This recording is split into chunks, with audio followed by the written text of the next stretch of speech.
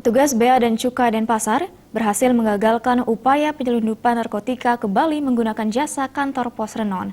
Dari upaya tersebut, petugas berhasil menyita ratusan gram sabu-sabu dan ganja.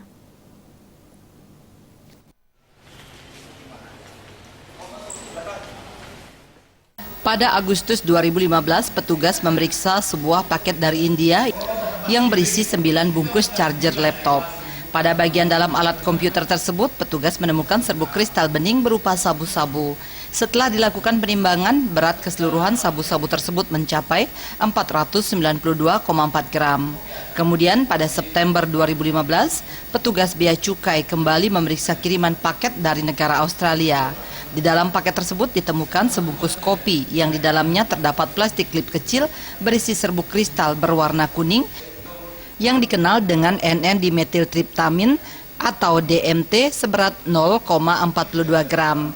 Pada Januari 2016, petugas Bea dan Cukai kembali memeriksa kiriman paket pos dari negara Spanyol dengan penerima paket berinisial DH, warga negara Belanda.